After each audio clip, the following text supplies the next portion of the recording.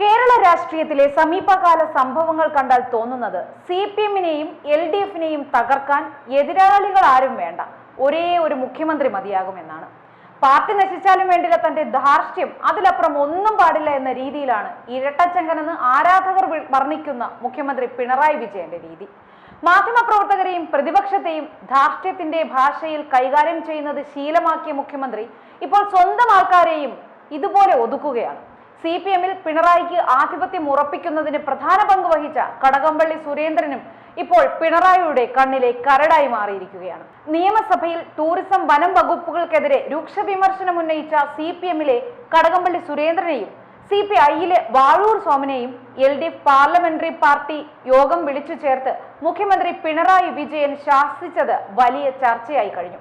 ഇതിനായി മാത്രം യോഗം വിളിച്ചു ചേർത്ത മുഖ്യമന്ത്രിയുടെ നടപടി അസാധാരണമാണ്. CPI MLA-യെ ശാസിച്ച മുഖ്യമന്ത്രിയുടെ നടപടിയിൽ CPI അതൃപ്തിയും രേഖപ്പെടുത്തി കഴിഞ്ഞു. ഇക്കാര്യം CPI secretary Binoy Viswam CPM നേതൃത്വത്തെ അറിയിക്കും.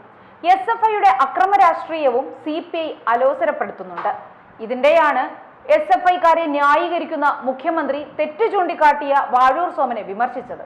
ആക്കുളം കായൽ പുനരുജ്ജീവന പദ്ധതി നീണ്ടുപോകുന്നതിൽ ടൂറിസം വകുപ്പിന്റെ അലംഭാവം കടകംപള്ളി ആരോപിച്ചതും വനം വകുപ്പ് ഉദ്യോഗസ്ഥരെ കൊണ്ട് വനാതിർത്തിയിലുള്ളവർക്ക് ജീവിക്കാൻ കഴിയാത്ത സാഹചര്യമാണെന്ന് വാഴൂർ സോമൻ തുറന്നടിച്ചതുമാണ് പിണറായിയെ പ്രകോപിപ്പിച്ചത്.